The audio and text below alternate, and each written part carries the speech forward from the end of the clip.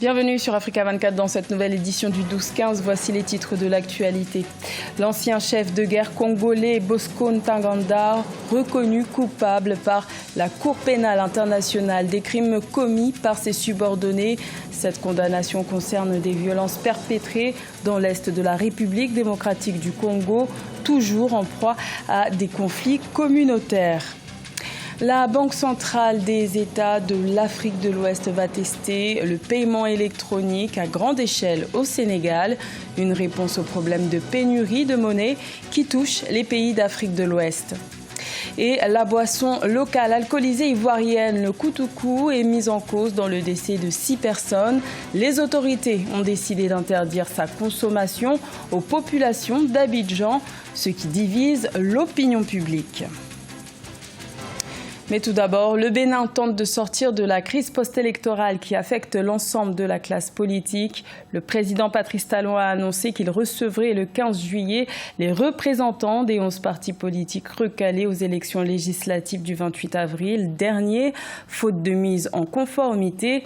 Rappelons que le 20 mai 2019, le président Patrice Talon s'était engagé à organiser un dialogue direct, franc et constructif avec l'ensemble de la classe politique. Notons qu'à l'heure actuelle, le Parlement béninois est entièrement au pouvoir de la majorité présidentielle. Il s'agit d'une première dans l'histoire de la Cour pénale internationale. L'ancien chef de guerre congolais Bosco Ntaganda a été reconnu coupable des crimes commis en Ituri par ses subordonnés en 2002 et 2003 dans l'est de la République démocratique du Congo, coupable à cause de sa responsabilité en tant que commandant militaire. Cette région congolaise reste en proie à des violences intercommunautaires. Reportage de notre correspondant Jacques Amboka, commentaire Nelly Claude Bessa. Crimes de guerre, crimes contre l'humanité, au total, ce sont 18 chefs d'accusation qui ont fait tomber le 8 juillet 2019 à La Haye l'ancien chef de guerre Bosco Ntaganda. Il a été reconnu coupable par la Cour pénale internationale pour des infractions commises entre 2002 et 2003 en Ituri, à l'est de la République démocratique du Congo. Une fois, ce seigneur de guerre vient de faire face à sa responsabilité pénale.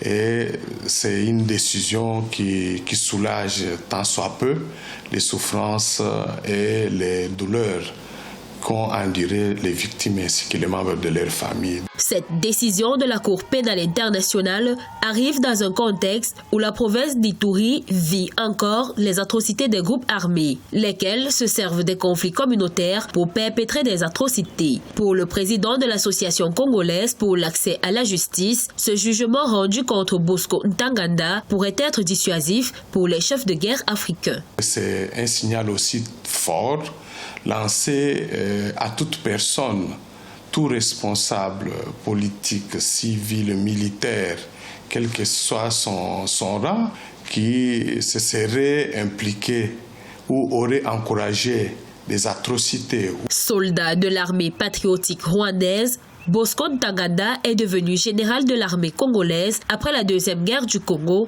en 1998. L'enquête de la Cour pénale internationale contre Bosco Ntaganda aura donc duré environ 15 ans. Il attendra encore quelques mois pour la sentence. Il risque plus de 30 ans de prison, estiment les analystes.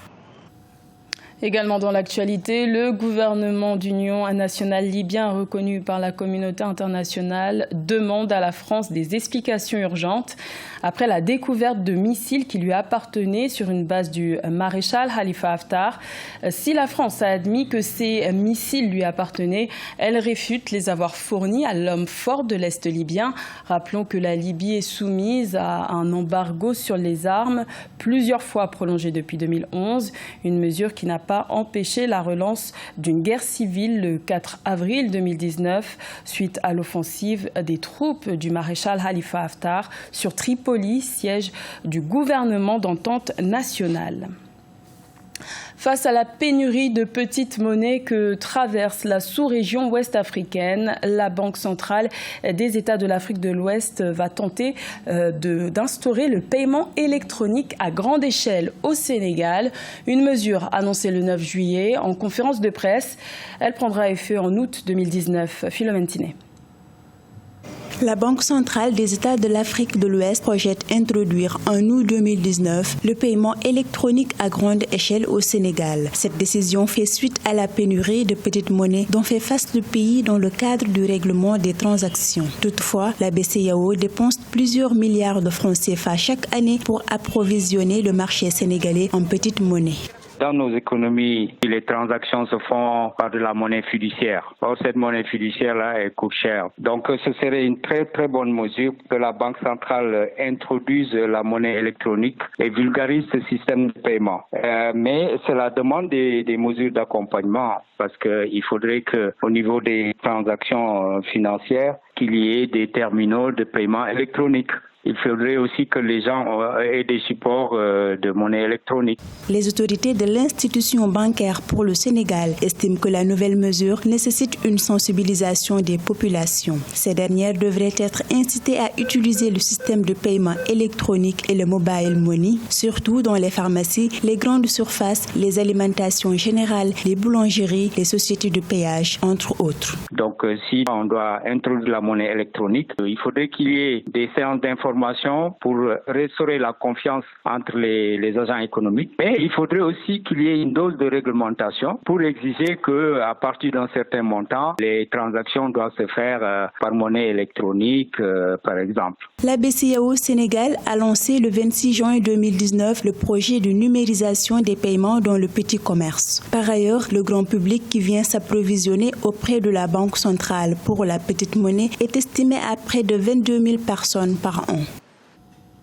En Côte d'Ivoire, la consommation de la boisson locale alcoolisée appelée Koutoukou est interdite jusqu'à nouvel ordre à Abidjan.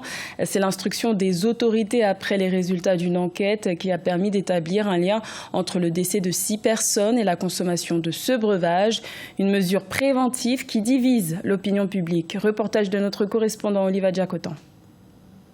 En Côte d'Ivoire, malgré l'interdiction via un arrêté préfectoral de la vente de la boisson locale Koutoukou ou Belé dans les communes d'Abidjan, dont la consommation a fait 6 morts début juillet 2019, certains endroits de vente continuent d'accueillir du monde.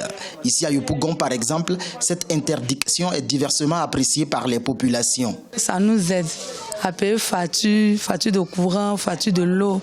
Les enfants, mais souvent pour aller à l'école, on paye les papiers, tout ça là. À cause de ça, ils vendent du belé. Je ne suis pas contre ce qu'a dit le préfet de police. C'est normal. Il y a eu mort d'homme. Boisson artisanale fortement alcoolisée, le Koutoukou fait plus de 100 degrés selon des spécialistes. Plusieurs milliers de personnes vivent de sa vente dans le pays. Et pour certains experts, il faut moderniser la fabrication pour la mettre aux standards internationaux. Les Martiniquais, les Guadeloupéens font du rhum. Le rhum, ça vient de la canne à sucre, tout simplement. C'est aussi une genre de Koutoukou. Voilà. Et puis, on a caramélisé un peu, puis ça donne des choses, un rhum marron ou bien un rhum tout blanc. Voilà. On a aussi le gin. Le gin, c'est quoi? Ce sont des baies de genièvre qui sont aussi chauffées et l'alcool qui va sortir va donner le dry gin, tout simplement. Donc, c'est la manière de préparer qui a peut-être faussé, à mon avis. Notons que le Koutoukou n'est pas une boisson médicinale, même si plusieurs consommateurs l'utilisent avec des plantes, des écorces pour soigner certaines maladies.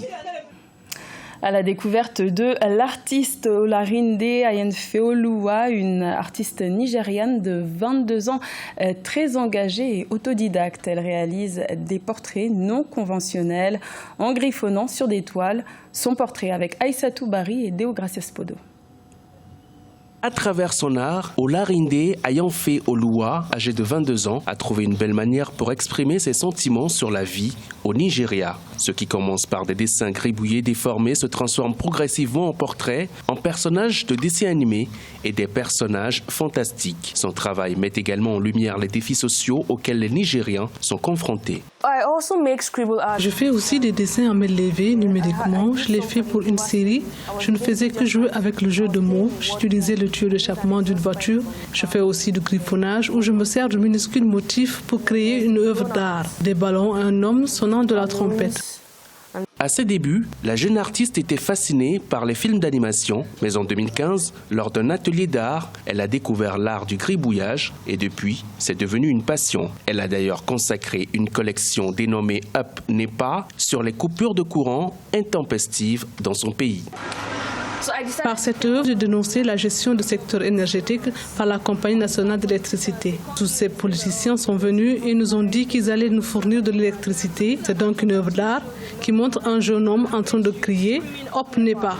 Ayonfe Oluwa a travaillé sur plus d'une centaine de morceaux griffonnés au cours des 2 dernières années. Certaines pièces peuvent prendre 10 minutes pour la conception et d'autres jusqu'à 5 mois selon la complexité. Très engagée, la jeune artiste participe à des expositions non seulement pour commercialiser ses œuvres, mais également pour informer davantage sur cette forme d'art. C'était le journal de la rédaction. Merci de l'avoir suivi. L'information continue sur Africa 24.